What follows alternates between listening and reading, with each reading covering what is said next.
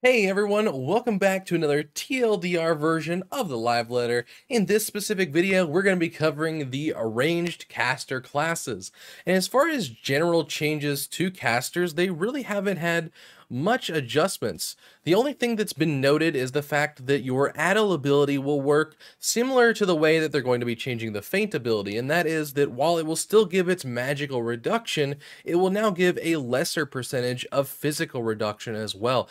So just keep using Addle the way that you normally would on AoE boss abilities, and as a side effect, as a little perk, you're going to be gaining a few melee reductions for your tank as well.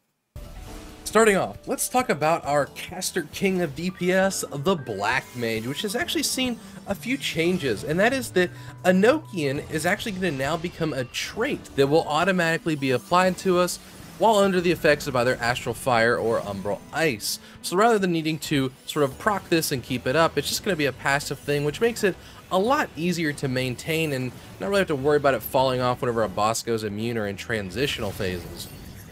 Now the other thing that we're going to gain is, rather than just sort of our phases feeling blah whenever we switch between fire and ice, this is going to gain us a new ability. And I believe that ability was similar to what the video shows of them doing sort of an ice fire tornado. So we're going to be able to throw this in as sort of a pretty decent chunk of damage, I would assume, while in that transitional phase.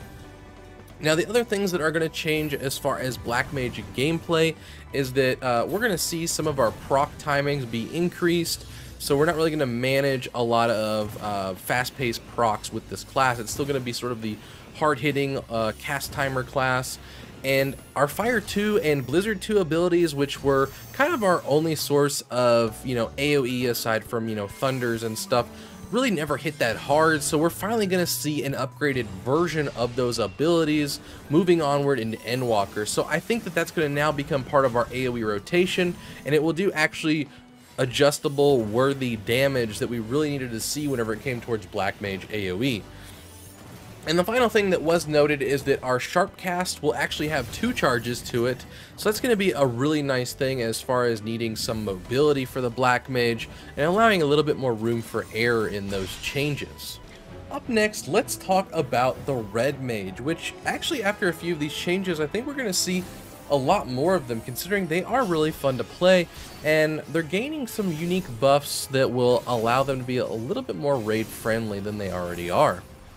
So the first thing is that upon following Scorch, you're actually going to gain another ability, so you're going to follow this up in that rotation. But Verflare, Verholy, and Scorch are actually now going to be part of an AoE rotation. So that's more or less going to be your dungeon gameplay changes, is that that's not going to be part of an AoE rotation rather than single target stuff. The biggest change that Red Mage has seen is the fact that they're actually gaining a raid-wide defensive buff. And that's actually pretty huge, because before we only saw this in the form of your ranged physical through things like Troubadour or Shield Samba, to where now Red Mage is actually going to gain that type of ability. So I'm curious to see what its sort of reduction is and what its cooldown actually is, and we'll probably see that with testing later on, but that's actually a pretty unique change and makes them pretty strong overall.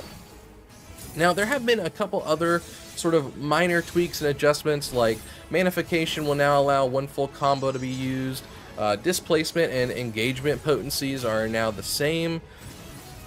So just a few minor changes and tweaks that are obviously going to happen with a lot of classes moving forward. But overall, I think the biggest thing with Red Mage is that, we may start seeing a lot more of them pop up just because they were already so strong by having a res. Their heals were actually good compared to the summoner heal, and now having a defensive buff, I mean, there's actually going to be a lot more reason to be able to bring one to your raid team. The only drawback is, depending on bosses and certain positionals, needing to go in for that melee combo does kind of hinder you a bit, especially if you have to be more at a ranged position for maybe a boss fight similar to Umbra, where maybe you're not near the boss at the time because your platform is the one farther back at the moment, and needing to delay that finisher. But other than that, I think Red Mage is really looking strong going forward, and I'm really curious to get my hands on it and maybe try it out a bit. And finally, we've reached the Summoner, the class that has actually been overhauled almost entirely. I mean, you still have pet mechanics, and it is going to be a Summoner, a true summoning class now. there's been a lot of changes. The most notable is the fact that your dots are actually going to be removed from the game. You will no longer be putting dots on targets, which is a little bit interesting and something that I got so used to within keeping that uptime at 100%. And now that means a lot of other abilities that you used to have to weave in that would reset Tri-Disaster, being able to keep those dots on targets, I'm assuming those will be removed as well. So now we're probably going to see a lot more gameplay as far as pet attacks and actually summons.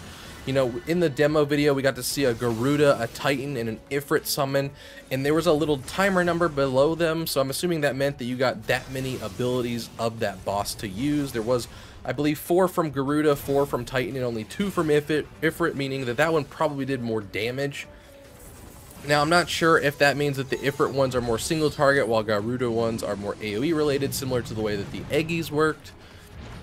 So that's something that I'll be curious to see later on how they work. But, you know, moving forward, we're going to see a lot more elemental properties between fire type abilities from Ifrit and, you know, physical type abilities possibly from Titan with like Earth and stuff. So overall, the Summoner just has had a huge rework, and I think a lot of people are really excited to get their hands on the class and, you know, be able to try out all these new summons. And I can't wait to pester my raid with summoning all these giant things on the battlefield if they haven't turned their sizes down for Bahamets and stuff. So it's going to be really cool overall, and I'm actually really excited about those changes. Well, that's it for the ranged caster classes. If there was anything that I did not mention in these videos that you guys learned from the live letter, go ahead and leave that in the comments down below. And while you're down there, go ahead and hit that like and subscribe button for me too. And until next time, guys, see you in the next one.